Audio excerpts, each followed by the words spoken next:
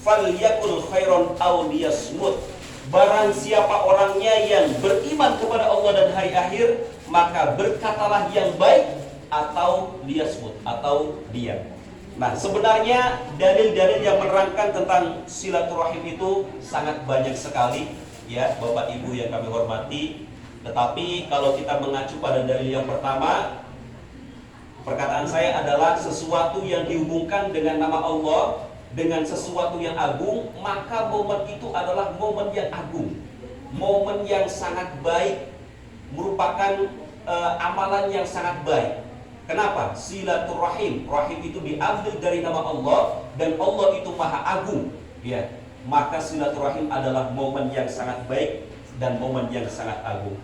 Bapak Ibu yang kami hormati, mungkin dalam temu kangen ini tidak terasa, ya. Dulunya waktu masih sekolah atau waktu masih kecil, rambutnya masih pada bagus, masih pada irang KB ya Bu ya? Masih tahu nggak Bu? Masih. Itu yang udah pada putih. Nah, barang sekian kumpul-kumpul kalau baliwas cunit lah, wis pada berubah KB. Lagi musim pada kenceng KB segini wis rada endor KB. Putih rambutnya lagi mau irang gini pada putih. Aduh, wis ana perubahan ya Bu, Bapak Ibu yang kami hormati, dan memang itu sudah menjadi kepastian. Sudah menjadi kepastian, ya. Tua itu sudah pasti. Tetapi Bapak Ibu yang kami hormati, yang paling penting adalah kita menyiapkan setelah hari tua nanti. Yaitu apa? Yaitu alam akhirat. Dan kebetulan sekarang ini kita berada di bulan yang terakhir dari tahun 2021. Artinya Bapak Ibu yang kami hormati, marilah di penghujung tahun ini kita bersama-sama muhasabah, ya.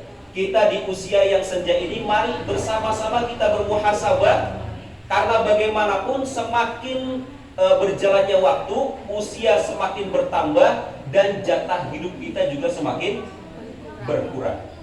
Nah, Bapak Ibu yang kami hormati, dalam kitab Ihya Ulumuddin karangan Imam Al-Ghazali, ya, Imam Al-Ghazali ini menerangkan perihal tentang muhasabah, dan beliau menganalogikan terhadap seorang pedagang, ya. Wong adol, lamun Brebes ngomong adol bawang. Bawang, endong sama bandeng ada Bu? Nah, bandeng. Soalnya saya juga pernah dulu main ke teman Brebes itu, dibawain bawang, bandeng juga sama. Alhamdulillah. Kemudian juga dibawain dokasin. Nah, pedagang itu yang diinginkan untung apa rugi? Untung pasti. Ya. Ketika selesai bertransaksi kemudian sang pedagang itu ngitung, ya, apakah modalnya balik atau kurang. Kalau misalkan beruntung, maka yang dilakukan pedagang adalah bersyukur kepada Allah Subhanahu wa ta'ala. Nah, kemudian kalau sebaliknya, kalau misalkan bukan untung tapi buntung, apa yang dilakukan pedagang? Apa? Introspeksi. Apa yang salah dalam usaha saya? Mana bagian yang salah? Nah, maka menurut Imam Al-Ghazali, begitupun dengan kita semuanya. Kita semuanya ini coba introspeksi diri, apakah ada peningkatan atau penurunan. Kalau misalkan ada penurunan, kita harus introspeksi diri kita sendiri. Nah, Bapak Ibu yang kami hormati, makanya Nabi Muhammad SAW pernah bersabda, Al-Qayyis man dana nafsahu wa amila lima ba'dal maut, wal ajiz man ittaba'a nafsahu hawahu wa tamanna 'ala Allah al-amani. Nah, orang yang sempurna akalnya, ya, adalah orang yang mengoreksi dirinya dan beramal sebagai bekal setelah kematian. Kemudian wal ajiz itu orang yang apes, ya. Orang yang rendah akalnya adalah orang yang memperturutkan hawa nafsunya dengan mengharapkan banyak angan-angan. Nah, ini sesuai dengan yang disampaikan oleh Imam Al-Ghazali dalam kitab Ihya Ulumuddin.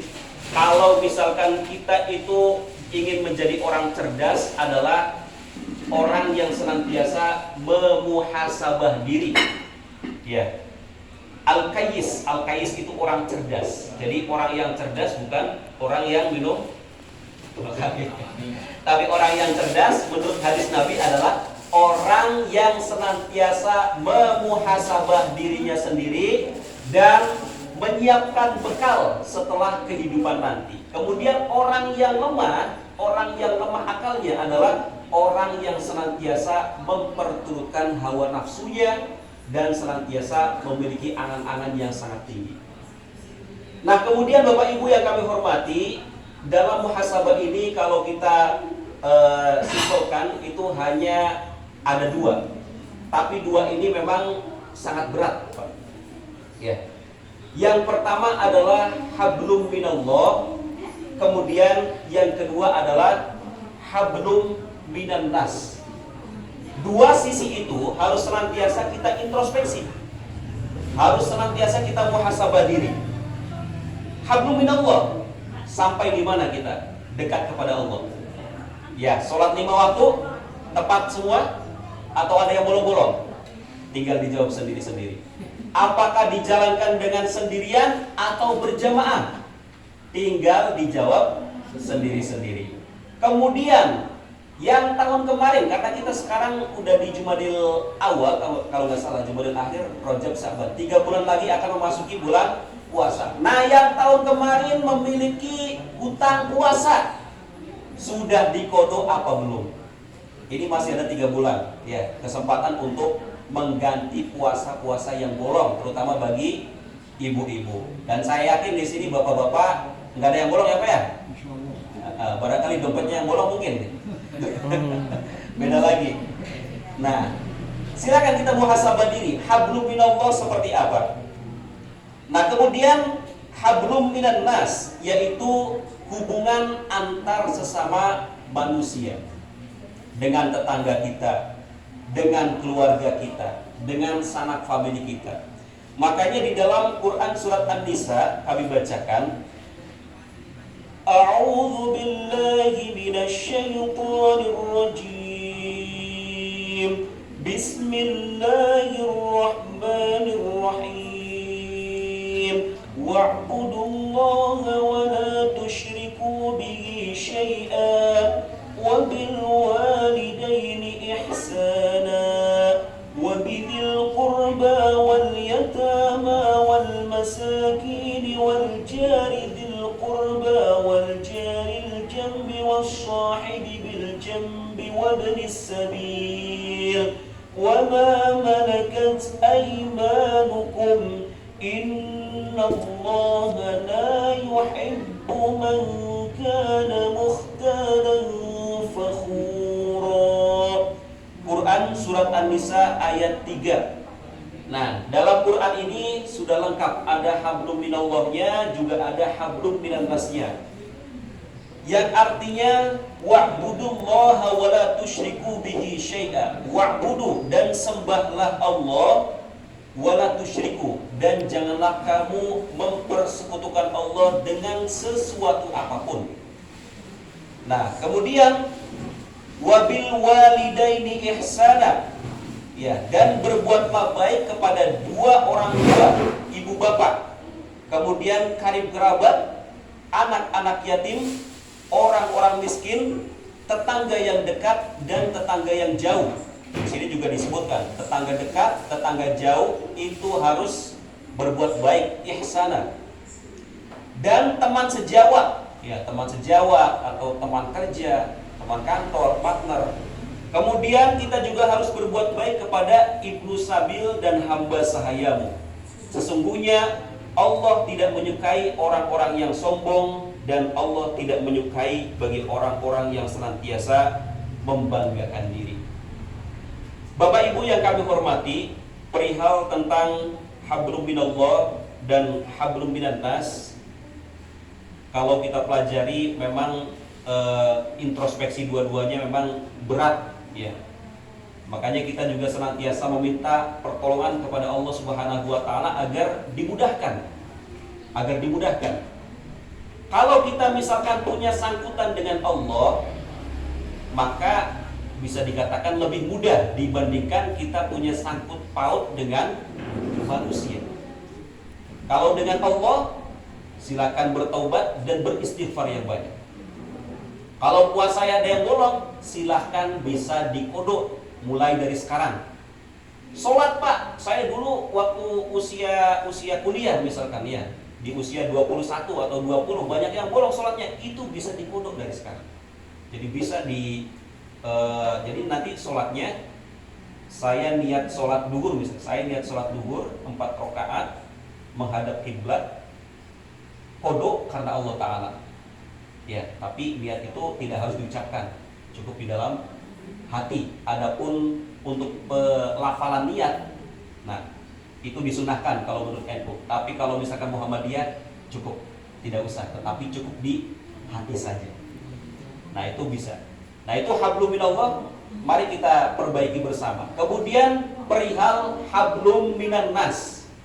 Kalau hablum minan nas, maka kita harus meminta maaf kepada yang bersangkutan.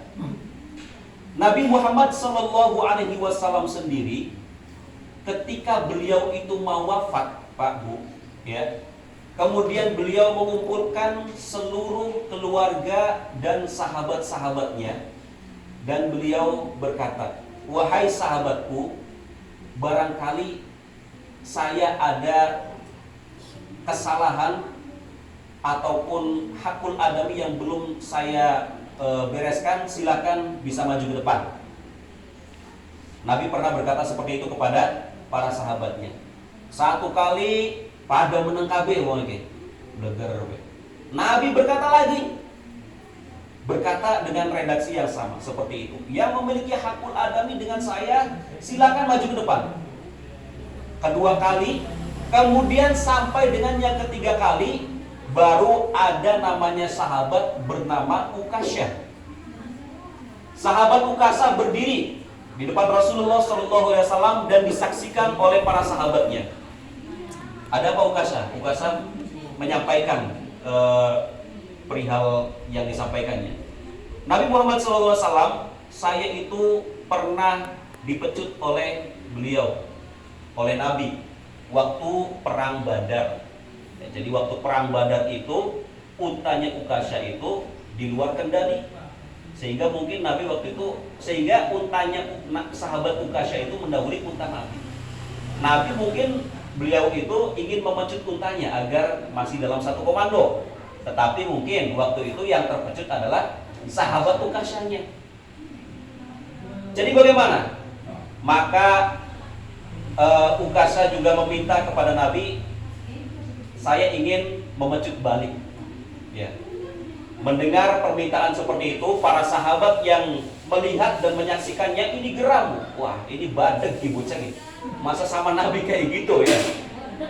Akhirnya Nabi menyuruh kepada sahabat Bilal bin Rabah untuk ke Aisyah radhiyallahu an untuk mengambil pecut. Diambilkan pecut, kemudian sudah di tangannya Ukasyah. Ketika ingin memecut, Ukasyah juga berkata, Nabi, waktu itu saya kepecut itu dalam kondisi tidak, iya, pecut dengan kulitnya itu langsung nempel gitu. Maka Nabi waktu itu dibuka bajunya. Ya, setelah dibuka, ketika ingin memecut, tiba-tiba pecutnya dijatuhkan dan langsung sahabat Ukasyah itu langsung memeluk Nabi Muhammad SAW. Jadi yang tadinya suasana itu tegang, ya, bahkan sahabat-sahabat juga sebelum Nabi memasang badannya, sahabat Umar, sahabat Abu Bakar itu sudah siap pasang badan. Ya Rasulullah, kisos ini jangan sampai mengenai engkau. Saya gantikan badan saya untuk dikisos. Ya, kisos itu kan jadi balasan gitu. Kalau misalkan dipecut ya dipecut. Gitu. Nah, tetapi tidak mau. Baginda Nabi ingin melunasi hakul adabi dengan sahabat Ukasyah. Tetapi di ending ceritanya adalah Ukasyah justru memeluk ya dan mengusap keringat Nabi Muhammad SAW.